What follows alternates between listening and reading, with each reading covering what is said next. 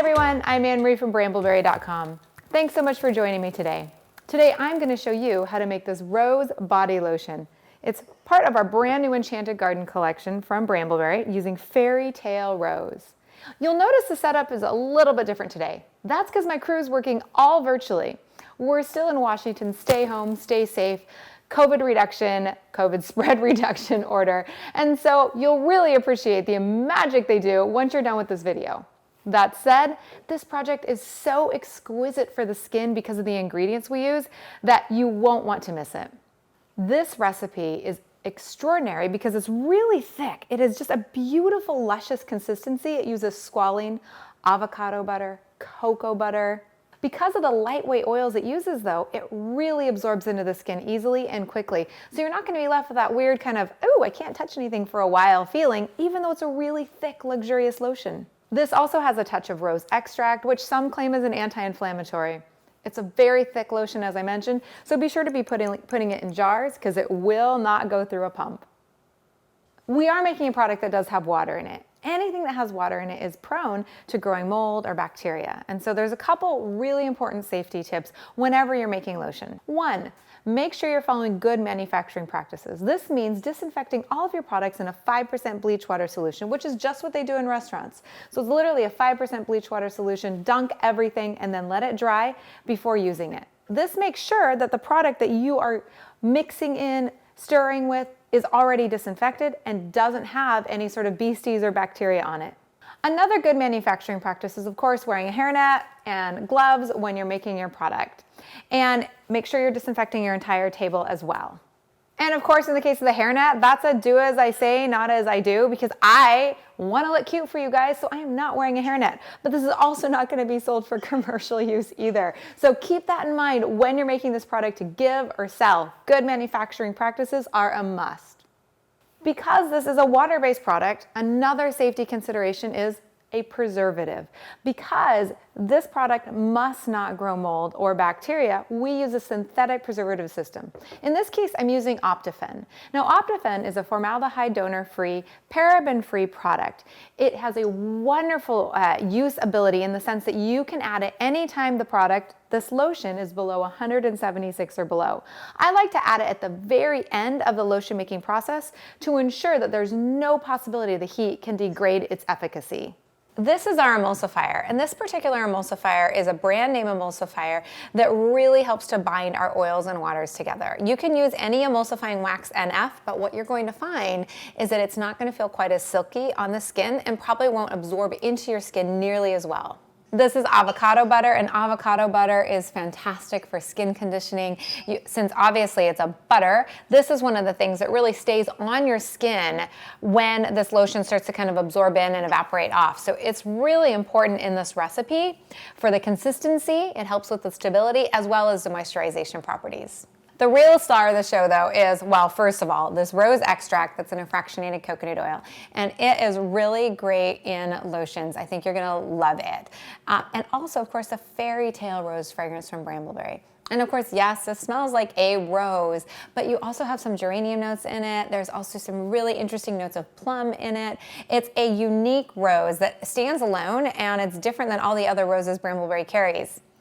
All of my products are disinfected, and now I'm going to glove up because, again, we want to make sure we are keeping any potential germs and microbes out.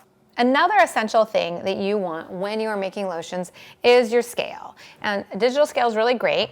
This is my distilled water. You always need distilled water, and I have heated it up to a full 160 degrees. And so I'm making sure that I have the right amount in here. Good on that. And then I'm going to go ahead and add my oils and my waxes to this container, the smaller container that will melt down easily in the microwave, because I want to melt them and heat them all at the same time. So that way we have a pretty consistent temperature to add our melted oils and waxes to our water, which is again around 160 degrees. Deodorized cocoa butter is fantastic. First of all, one of the reasons cocoa butter is, well, fantastic is because it smells like chocolate, but chocolate plus rose, though it's an interesting combination, wasn't quite what we're going for. So these pastilles melt down easily in the microwave, and they're deodorized, meaning you get all the goodness of cocoa butter without any of the chocolate smell.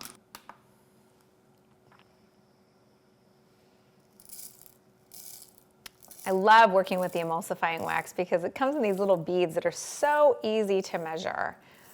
And we measure always by weight, and that's because making lotion is a science. And so you wanna make sure you have full accuracy always. And so the weight is the easiest way to make sure you always have complete accuracy while you are making your products.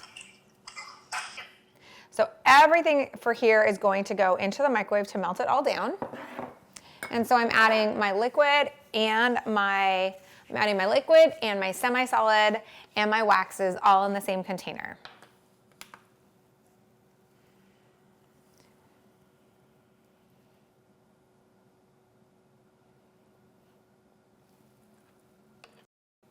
So right now I have almost everything in except my extract, my fragrance, and my preservative. The reason my preservative isn't in yet is because there is a heat band at which the preservative remains effective. And you never want to add your preservative if you're still going to be heating this product up.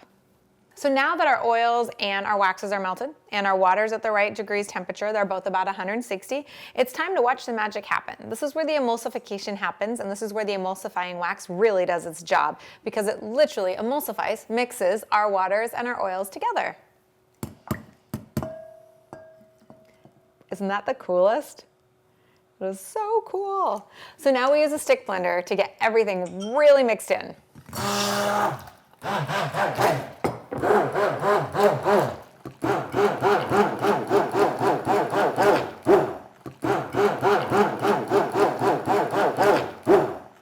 So when you're stick blending your lotion, you always want to stick blend longer than you think you need to. And that's because since this is still so warm, we don't want those chemical bonds to break. So even if it looks like it's emulsified, give it another 1 to 3 minutes. Now is a good time to add in the color. In this case, I'm using Rose Pearl Mica from Bramble. Now, color is totally optional. You don't have to do it, but I think this adds a gorgeous kind of look to the lotion without imparting any color on the skin.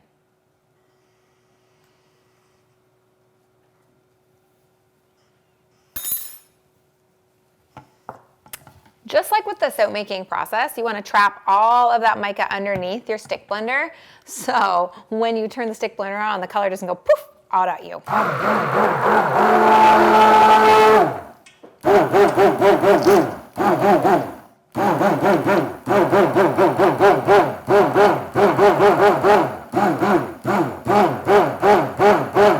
I'm going to do a quick temperature check just to see where we're at, because optifine works best at 176 degrees or below. We're at 134. So I'm just going to give this another minute of mixing just to make sure we're fully emulsified. I'm going to add my optifine, my fragrance, and my rose extract at that point to make sure the heat doesn't degrade them at all.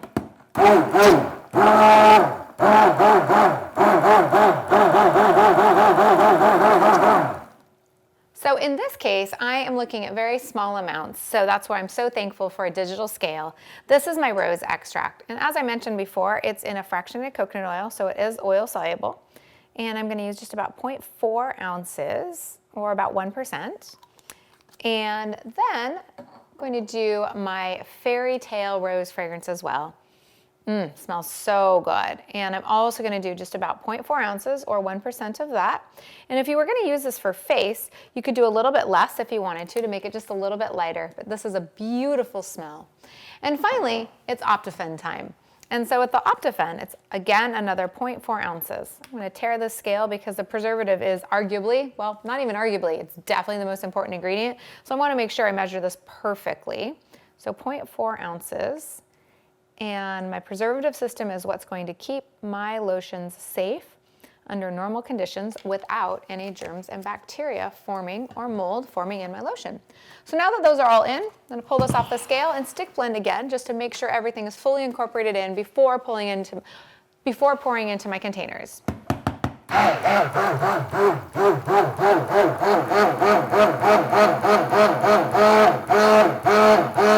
So what I'm noticing here is that some of my mica is falling out of suspension. So there's two reasons for that. One, it could just be that the mica is oil soluble, and quite frankly, this is a lot of water in there, which is again why it's such a profit margin friendly thing for you to make to sell. But there's a lot of water in here, so that could be why it's coming out. It could also be because this mixture that you can't see, it is starting to break emulsion, and so we have a little bit of oil forming on the surface, which the mica is floating to the top of.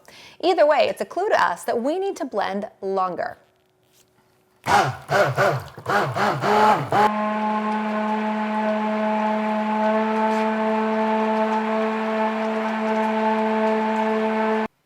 Now that my lotion is fully emulsified in, I'm ready to pour. Now, I'm using brambleberry jars for this project, and one thing you want to keep in mind is that this is going to harden up so thick that you're not going to want to use any sort of pump situation. So definitely be using a wide mouth jar for this, and people will be scooping it out with their fingers. I've been using this recipe for a couple weeks now, and it makes your skin feel so soft and silky smooth, and it's fantastic, especially, of course, right now in the time period we're in, where we're all washing our hands extra and needing lots of extra moisture. If you're curious about how to label these, the In the Studio blog at brambleberry.com has a blog post called How to Label Your Products. And you'll find a wealth of information there about how to legally label your products if you're going to sell them or even give them away. Thanks so much for watching today's episode. If you liked this video, give it a thumbs up below. Of course, subscribe to the channel so every single time we come out with a new video, you are notified. And finally, if you're making products using any of the Brambleberry products or any of the ideas in this video or others on this channel, please hashtag BrambleOn on social media so we can see what you're creating, our community can see what you're creating, and we can all get inspired. Until next time, have fun creating.